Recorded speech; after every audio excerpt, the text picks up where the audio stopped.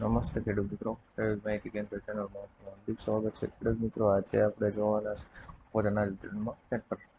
સરકારી સૂત્રોનું કહેવું છે કે 1 લાખથી વધુ લાભાર્થીઓએ અયોગ્ય છે જેનો બંગલા, કાર અને મકાન ધરાવતા હોવા છતાં ગરીબન યોજના હેઠળ લાભ લઈ રહ્યા છે, જેના લીધે પુરવઠા વિભાગે હવે યુનિટ વેરિફિકેશનની તૈયારી શરૂ કરી દીધી છે. જેના પોટેદાર તમે તમારા સભ્યોના અંગૂઠાની છાપ લેશે તેમના નામે રાશન લેવામાં આવી રહ્યું છે. પહેલા મહિનામાં ઘરનો એક સભ્ય રાશન લેશે, જ્યારે બીજા મહિને બીજા સભ્યએ અંગૂઠા વડે રાશન લેવું પડશે. આ રીતે દર મહિને નવા સભ્યો અંગૂઠા લગાવીને એક પછી એક રાશન લેશે. જ્યાં સુધી તમામ રકમોની ચકાસણી ન થાય ત્યાં સુધી આ ક્રમ ચાલુ રહેશે. વેરિફિકેશનની આ સિસ્ટમ શરૂ કરવા માટે ઈ-લુપ્ત મશીનને સુધારવાની તૈયારીઓ ચાલી રહી છે. આજે વિસ્તારમાં પડશે વરસાદ. રાજ્યના ચોમાસું વિવિધ રીતે પ્રારંભ થયો છે, જ્યારે હવામાન વિભાગે 24 કલાકમાં 3 જિલ્લાઓમાં ભારેથી અતિભારે વરસાદની આગાહી કરી છે. જેમાં વડોદરા, ભરૂચ અને ભાવનગરમાં ભારે વરસાદની આગાહી કરી છે. તેમણે જિલ્લાઓમાં થંડરસ્ટોર્મમાં એક્ટિવિટીને 61 કિમી પ્રતિ કલાકની ઝડપે પવન ફૂંકાવાની પણ શક્યતા છે. તેમજ અમરેલી, રાજકોટ, ભાવનગર સહિતના વિસ્તારોમાં ભારે વરસાદની પણ આગાહી છે. પાક વીમા યોજના ફરી શરૂ. પાક વીમા યોજના ગુજરાતમાં ફરી એકવાર શરૂ કરવાને લઈને મોટા સમાચાર સામે આવ્યા છે. ગુજરાતમાં ફરીવાર પાક વીમા યોજના આગામી ખરીફ સિઝનથી શરૂ કરવામાં આવશે. આ વખતે પાક વીમા યોજના ખેડૂતોને લાભ થાય અને વીમા કંપનીઓ ખેડૂતોને લૂંટી ન જાય તે માટે દરેક નિયમો અને શરતો ખેડૂતલક્ષી કરવામાં આવ્યા છે. ખેડૂતોનો પાક વીમાની રકમ 48 કલાકમાં મળી જાય તેવી ઝડપી પ્રોસેસ સાથે પાક વીમા યોજનાની ફરીવાર એન્ટ્રી કરવામાં આવશે. નવી વીમા યોજના. કેન્દ્ર અને રાજ્ય સરકાર ગરીબ અને આર્થિક રીતે નબળા વર્ગમાં ઘણી બધી યોજનાઓ લાવી રહી છે. આ યોજનામાં ઘણી બધી યોજના છે. લોકો સામાજિક સુરક્ષા પ્રદાન કરે છે. તમને એક યોજના વિશે જણાવીશું કે યોજનાનું નામ છે પ્રધાનમંત્રી સુરક્ષા વીમા યોજના. આ સુરક્ષા વીમા યોજના માત્ર 20 રૂપિયામાં રોકાણ કરીને તમે 2 લાખનું વીમા કવચ પણ મેળવી શકો છો. અત્યાર સુધીમાં દેશના લાખો નાગરિક આ સરકારી યોજનાનો લાભ લઈ ચૂક્યા છે. પીએમએસબીવાય એક સરકારી વીમા યોજના છે જેનો લાભ 18 થી 70 વર્ષ સુધીના કોઈપણ ભારતીય નાગરિક લઈ શકે છે. આજના સૌથી મોટા ખેડૂત સમાચાર.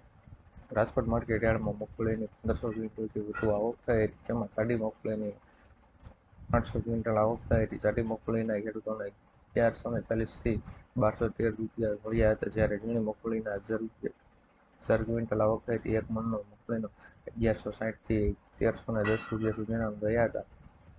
રાજકોટ માર્કેટ યાર્ડમાં 2200 ક્વિન્ટલ કુકડા ઘઉંની આવક થઈ હતી અને 350 ક્વિન્ટલ લોકોને કુકડા ઘઉંનો ભાવ 482 થી લઈને 620 રૂપિયા સુધી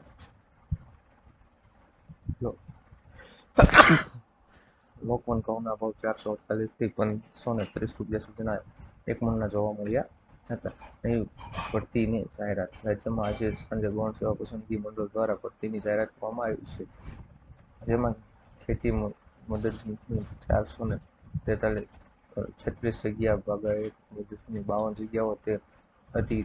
ગૃહ મેનેજમેન્ટની 14 જગ્યાઓ પર ભરતીની જાહેરાત કરવામાં આવી છે. લાયકાત ઉમેદવારો ઓજસ વેબસાઇટ પર અરજી કરી શકશે. આ ભરતી માટે 1 જુલાઈથી 20 જુલાઈ સુધી અરજી કરી શકાય છે. શૌચાલય બનાવવા 12,000 સહાય. ભારતને સ્વચ્છ બનાવવા માટે ભારત સરકાર દ્વારા મફત શૌચાલય યોજના શરૂ કરવામાં આવી છે, જ્યારે આ યોજના હેઠળ દેશમાં લગભગ 11 કરોડ ઘરોમાં શૌચાલય બનાવવામાં આવે છે. અગાઉ આ યોજના હેઠળ 10,000ની સહાય હતી અને પણ જોગવાઈ હતી હવે બદલાવીને વધારીને 12,000 કરવામાં આવી છે. મફત શૌચાલય યોજના 2024 માટેની અરજીઓ ગ્રામ્ય અને શહેરી બંને વિસ્તાર માટે શરૂ થઈ ગઈ છે. જો તમે પણ આ યોજનાનો લાભ લેવા માંગતા હો તો તમારા ઘરમાં રહેશે શૌચાલય ન હોવું જોઈએ. માત્ર 50 રૂપિયામાં પીવીસી આધાર કાર્ડ. એટીએમ અને ક્રેડિટ કાર્ડ જેવી મૂળભૂત પીવીસી કાર્ડ આધાર કાર્ડ સરળતાથી મંગાવી શકાય છે. જો uid.gov.in વેબસાઇટ પર જાઓ, ત્યાં માય આધાર એપ સિલેક્ટ કરી પછી ઓર્ડર આધાર પીવીસી કાર્ડ પર ક્લિક કરી પછી ઓર્ડર આધાર પીવીસી કાર્ડ પર ક્લિક કરો. ત્યારબાદ નંબર, કેપ્ચા કોડ અને મોબાઈલ નંબર નાખીને ઓટીપી લખો. ત્યારબાદ 50 રૂપિયા પેમેન્ટ કરી દો. 15 દિવસમાં તમે પીવીસી કાર્ડ ઘર બેઠા પહોંચી જશે.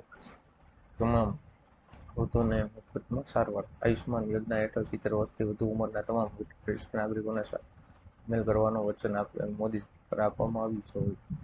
આ સાથે એવું કહેવામાં આવી રહ્યું છે કે હવે તમારા માત્ર ટ્રાન્સપ્લાન્ટેશનને આયુષ્માન ભારત હેઠળ આવરી લેવામાં આવશે. અગાઉ આયુષ્માન કાર્ડમાં લાભ બીપીએલ કેટેગરીના લાભ નબળા વર્ગના નાગરિકોને આપવામાં આવતો હતો, પરંતુ ગઈકાલે ભાજપે લોકસભા ચૂંટણી 2024નો ઢંઢેરો બહાર પાડ્યો હતો. તે દરમિયાન આયુષ્માન યોજના મોટા દાવા કરવામાં આવી રહ્યા છે. આ દાવામાં કહેવામાં આવ્યું છે કે હવે વૃદ્ધ લોકોને પણ આયુષ્માન કાર્ડ કાઢી આપવામાં આવશે. ખેડૂતોની 100% લોન થશે માફ.